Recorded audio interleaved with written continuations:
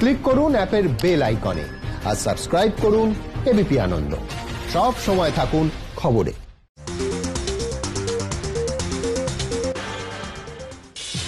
নমস্কার, এবিপি আনন্দ আপনাদের স্বাগত। আমি শিলাদিত্য। শুরু করছি এক গজল গল্প। 22 গজে হোক কিংবা 22 গজের বাইরে, দেশের জন্য তার আবেগ ছিল আলাদা। অবশেষে যাবতীয় জল্পনার অবসান ঘটিয়ে স্বাধীনতা দিবসেই আন্তর্জাতিক ক্রিকেট থেকে অবসর নিলেন মহেন্দ্র সিং ধোনি। সোশ্যাল মিডিয়ায় এদিন অবসরের কথা ঘোষণা করেন তিনি। মাহি লিখেছেন, আপনাদের ভালোবাসা ও সমর্থনের জন্য অনেক ধন্যবাদ। আজ সন্ধ্যে 7:29 থেকে আমাকে অবসরপ্রাপ্ত ক্রিকেটার হিসেবে বিবেচনা করুন। দেশের সর্বকালের অন্যতম সফল অধিনায়ক ও বিশ্বের অন্যতম শ্রেষ্ঠ ফিনিশার দেশের জার্সি গায়ে খেলেছেন 350টি ওয়ানডে, স্কোর 10,773, 98টি টি-20 ম্যাচে করেছেন 1,617 রান, 90টি টেস্টে মোট রান 4,876। তার নেতৃত্বেই টি-20 ওয়ানডে বিশ্বকাপ ও চ্যাম্পিয়ন্স ট্রফি জয়।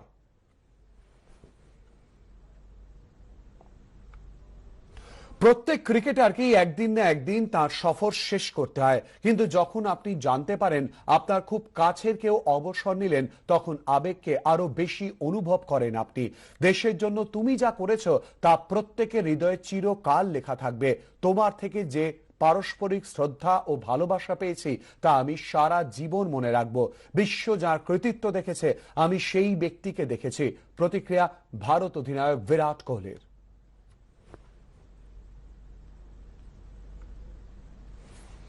ভারতীয় ক্রিকেটে ধোনির অবদান অপরিসীম। 2011 সালে বিশ্বকাপ জয় আমার জীবনের সব থেকে ভালো মুহূর্ত।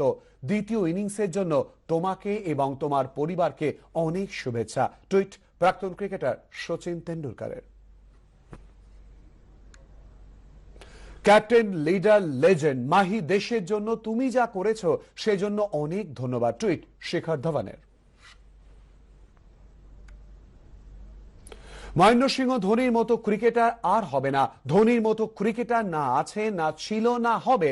অনেক খেলোয়াড় আসবেন যাবেন, কিন্তু ধোনির মতো ঠান্ডা মাথার ক্রিকেটার আর পাওয়া যাবে না।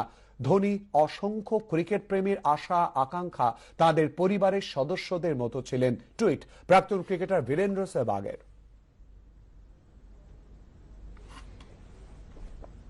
ধোনির এই অবসর ঘোষণার পর কপিল দেব তিনি কি বলেছেন শোনাবো। ऐसे क्रिकेटर तो सदियों में एक आधा आता है, और मैं ये कहूंगा कि हम बहुत फॉर्चुनेट हैं कि हम उसको देख सके, इतनी अच्छी क्रिकेट देख सके। बहुत ही बेहतरीन कप्तान, आप बोलो T20, IPL, वनडे क्रिकेट। मैं कहूंगा कि जो एक नई जनरेशन को इन्होंने एक स्टैंडर्ड सेट किया, कितनी बात कर सकते हैं हम, हर तरह से इनको याद कर सकते हैं। मेरा ज्यादा समय उनके साथ नहीं, 3-4 बार थोड़ा सा ज्यादा समय दिया। बड़े सिंपल इंसान हैं वो, कोई ऐसा उनमें शो ऑफ किसी चीज का नहीं है। और एक ये छोटी छोटी चीजें हैं। और कभी कभी हाँ, एक बार ये जरूर हुआ था, भाई क्या हुआ, हेलीकॉप्टर शॉट आजकल इतना नहीं खेलते, वैसे पूछे तो इससे बेहतर क्रिकेटर हमने देखा नहीं। जब ये वर्ल्ड कप जीते थे मुंबई में, उनका वो लास्ट शॉट मारकर अपनी रिस्ट को घुमाना बहुत ही बढ़िया लगा। उनका खेलने का अंदाज, एक अलग सोच से हिंदुस्तान उतरे, तो शायद उस चीज का बहुत बड़ा, पहले उनका बड़े बड़े बाल थे, उन्होंने अपनी पहचान बनाई, उसके बाद उन्होंने अपनी पहचान क्रिकेट से बनाई, जो किसी शब्दों में कम नहीं हो सकती। ऐसा लगता है कि इन्होंने जनरेशन को एक समय दिया, और ये पल दो पल नहीं थे। कोई भी क्रिकेटर आके 15-20 साल खेल के जाता है, तो मानो वो पल दो पल नहीं हो सकते। मुझे ऐसा लगा कि इन्होंने तो अपना जीवन दिया है। প্রাক্তন ক্রিকেটার মদন লাল কি বলছেন শুনবো। कभी ना कभी अपना रिटायरमेंट जरूर अनाउंस करेंगे, क्योंकि ये एक रिटायरमेंट जो है एक बहुत पर्सनल डिसीजन है। और मैं हमेशा मानता हूं कि ये उसी खिलाड़ी का डिसीजन होता है जिसने लेना होता है। तो मैं समझता हूं कि उन्होंने आज देखिए बहुत एक अच्छी बात हुई है। आज 15 अगस्त है, वो आज हमारा देश आजाद हुआ था। आज महेंद्र सिंह धोनी अपनी क्रिकेट से आजाद हुए। तो ये मतलब इतना बड़ा खिलाड़ी, दुख तो होता ही है जब भी कोई बड़ा खिलाड़ी जाता है, तो उसका वैक्यूम जो है बहुत बहुत बड़ा होता है, क्योंकि उसकी भरपूर्ति कोई दूसरा आकर यंगस्टर कर पाएगा या नहीं कर पाएगा, ये सबसे बड़ी बात होती है, क्योंकि ऐसे खिलाड़ी बहुत कम आते हैं। আন্তর্জাতিক ক্রিকেট থেকে অবসর নিয়েছেন মহেন্দ্র সিংহ ধোনি। তাকে ছাড়া ক্রিকেটের কাহিনী কখনো সম্পূর্ণ হবে না। ধোনি একজন লেজেন্ড, টুইট প্রাক্তন ক্রিকেটার শোয়েব আখতারের। প্রাক্তন জাতীয় নির্বাচক সম্বরণ বন্দ্যোপাধ্যায় তিনি কি বললেন শোনাবো। থামতে জানা কিন্তু একটা শিল্প। থামতে জানার শিল্প এই কারণে বলছি আমি, যে ধোনি আজকে যে অবসর গ্রহণটা করলো সেটা সময় উপযোগী না আমি বলবো না। আমি ব্যক্তিগতভাবে বলতে পারি ধোনি ইন্ডিয়ান ক্রিকেটে যতদিন ইন্ডিয়ান ক্রিকেট থাকবে 2007 টি-20 চ্যাম্পিয়ন, 2011 ওডিআই চ্যাম্পিয়ন, দুটোই ক্যাপ্টেন ধোনি।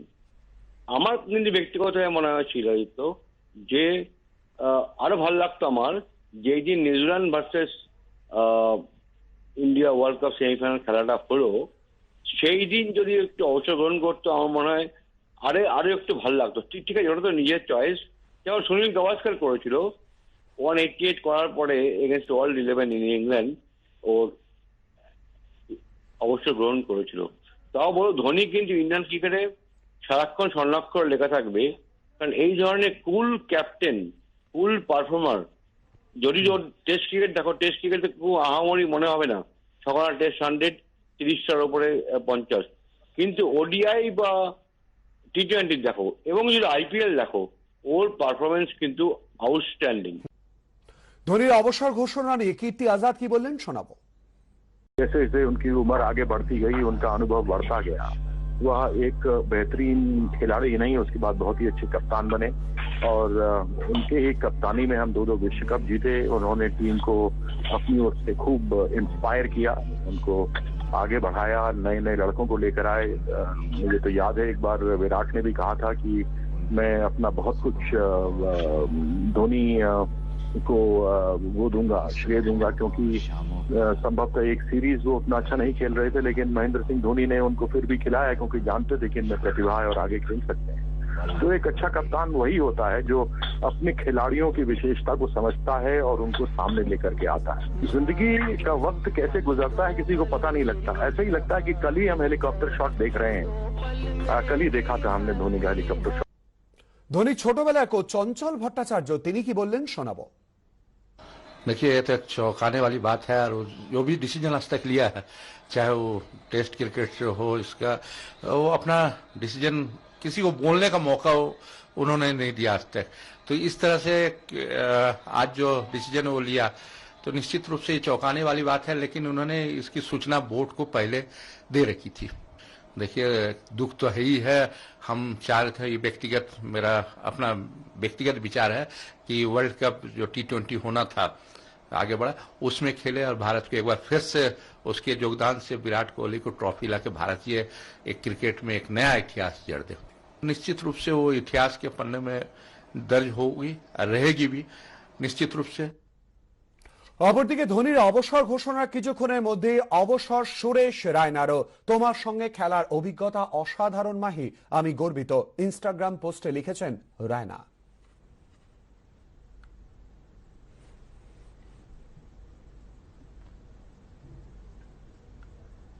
নজর রাখছি পরের খবরের দিকে। ভারতে 3টি ভ্যাকসিনের পরীক্ষামূলক প্রয়োগ চলছে। কম দামে প্রত্যেক ভারতীয়ের কাছে ভ্যাকসিন পৌঁছানোর রূপরেখা লালকেল্লায় জানালেন প্রধানমন্ত্রী। মিশ্র প্রতিক্রিয়া চিকিৎসক মহলে। ভারতে করোনায় মৃতের সংখ্যা 50,000-এর পথে।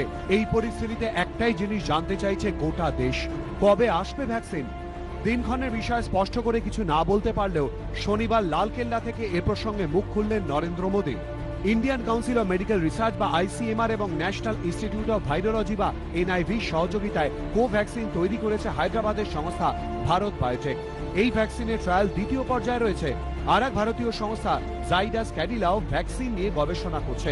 তাদের ভ্যাকসিনের নাম ZyCoV-D। এই ট্রায়াল দ্বিতীয় পর্যায়ে রয়েছে।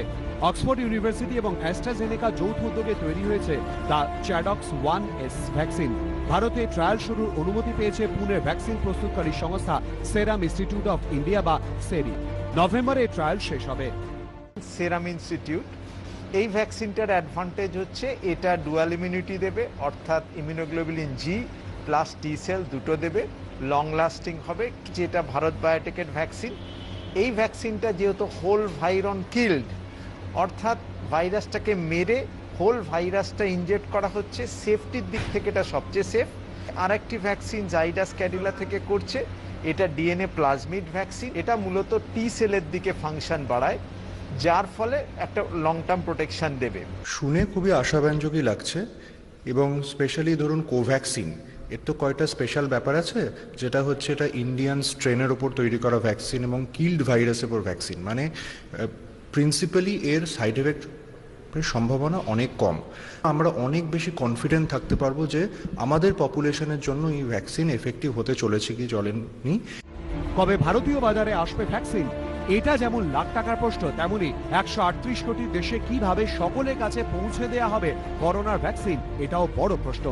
শুক্রবারই রাহুল গান্ধী টুইট করে বলেন, ভারত করোনার টিকার সর্বাধিক উৎপাদন দেশগুলির মধ্যে একটি হতে চলেছে, তাই সুনির্দিষ্ট, সুপরিকল্পিত এবং ন্যায়সঙ্গত ভ্যাকসিন বিন্যাস পদ্ধতি অত্যন্ত প্রয়োজনীয়, যাতে এই টিকার সুপ্রতুলতা, কম খরচ এবং সুষম বন্টন নিশ্চিত করা যায়।